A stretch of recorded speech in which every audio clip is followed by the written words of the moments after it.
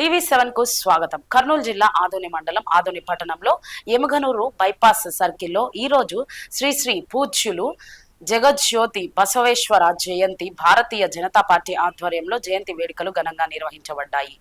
బసవేశ్వర స్వామి విగ్రహానికి పుష్పాంజలి ఘటిస్తూ ఆయన సేవలను, ఆత్మవిశ్వాసాన్ని, సామాజిక సమన్వత పట్ల ఆయన పోరాటాన్ని ఘనంగా స్మరించుకున్నారు. ఈ కార్యక్రమంలో బీజేపీ రాష్ట్ర కార్యవర్గ ప్రత్యేక ఆహ్వానితులు విట్ట రమేష్ మాట్లాడుతూ బసవేశ్వర స్వామి చూపిన మార్గం నేటి సమాజానికి అత్యంత అవసరమని, కాయకవే కైలాస అనే సిద్ధాంతంతో ఆయన శ్రమను దైవత్వంగా మార్చిన మహోన్నత నాయకుడు అని అన్నారు. ఈ కార్యక్రమంలో బీజేపీ ఆదూరి విజయ్ కృష్ణ, రామకాంత వాల్మీకి, సాయి ప్రసాద్, శ్రీనివాస్ ఆచారి, మాలేక శ్రీనివాస్, తోవి నాగరాజు, ఆచారి, రమేష్, శ్రీకాంత్, నరసింహ తదితరులు పాల్గొన్నారు.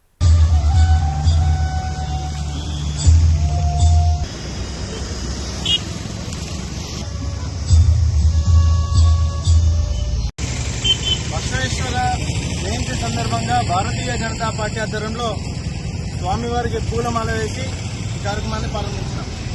ఇక్కడికి ఇచ్చేసినటువంటి పెద్దలు, కార్యకర్త మిత్రులందరికీ నమస్కారం. ఈరోజు ప్రపంచవ్యాప్తంగా హైందవ సోదరులు కుల మతాలకు అతీతంగా పండుగ జరుపుకునేటువంటి వాతావరణం కలిగినటువంటి రోజు.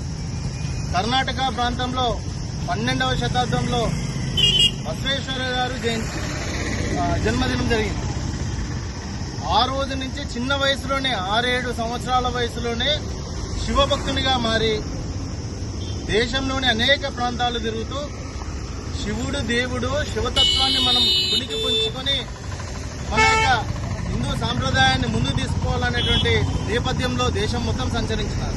అయితే ఈ నేపథ్యంలో బసవేశ్వర స్వామి గారు కొన్ని విషయాలను గుర్తించినారు. ఆ రోజునే 12వ శతాబ్దంలో దేశంలో అంటరానితనము, నిరక్షరాస్యత, పేదవారి పట్ల వివక్షత, ఆడవారి పట్ల వివక్షత, రకరకాలైనటువంటి వివక్షలను ఆయన కల్లారా చూసి చెలించిపోయినారు. ఒకవైపు శివతత్వాన్ని బోధిస్తూనే రకరకాలైనటువంటి రచనలు రాసి 160,000కు పైగా రచనలు రాసినటువంటి ఘనత బసవేశ్వర స్వామికి చెందుతుంది. అయితే దురదృష్టం ఏంటంటే 160,000లో 120,000-30,000 రచనలు కాలగర్భంలో కలిసిపోయింది. కేవలం 20,000-30,000 రచనలు మాత్రం దేశవ్యాప్తంగా ప్రాచుర్యంలో ఉంది.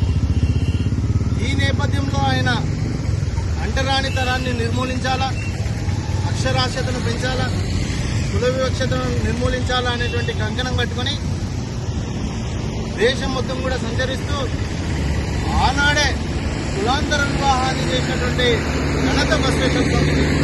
ఎందుకంటే కుల నిర్మూలన జరిగితేనే దేశంలో ఉండేటువంటి ప్రజలు సురక్షితంగా, సౌకర్యవంతంగా, సుభిక్షంగా ఉంటారనేటువంటిది ఆయనకు సంకల్పం. ఈ కులాంతర వివాహం చేసినప్పుడు అప్పుడున్నటువంటి స్థానిక ఉండేటువంటి ప్రజల నుంచి తీవ్రమైన వ్యతిరేకత వచ్చింది. అయినప్పటికీ తట్టుకున్నాడు, నిలబడినాడు, పోరాటం చేసినాడు.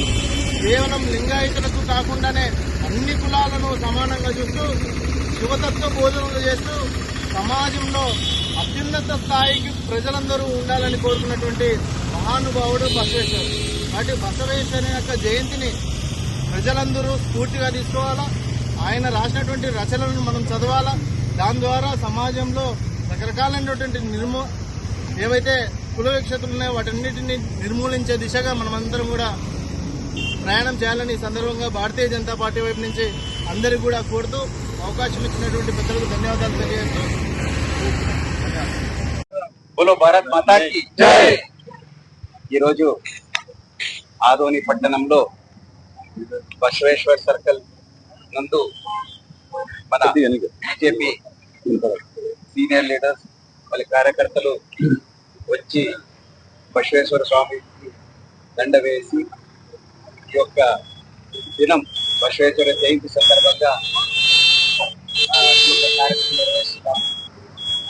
ఈరోజు అక్షయ తేదీ కూడా ప్రతి సంవత్సరం బసవేశ్వర జయంతి సందర్భంగా అక్షయ తేదీ కూడా మంచి రోజు. బసవేశ్వర స్వామి వారు 1100 సంవత్సరంలో జన్మించారు, 7th సెంచరీలో. ఆ రోజుల్లోనే పేద ప్రజలకు చాలా మంది ఉండేవారికి వారు సహాయం చేశారు. చాలా సోషల్ రిఫార్మ్స్ కల్పించారు.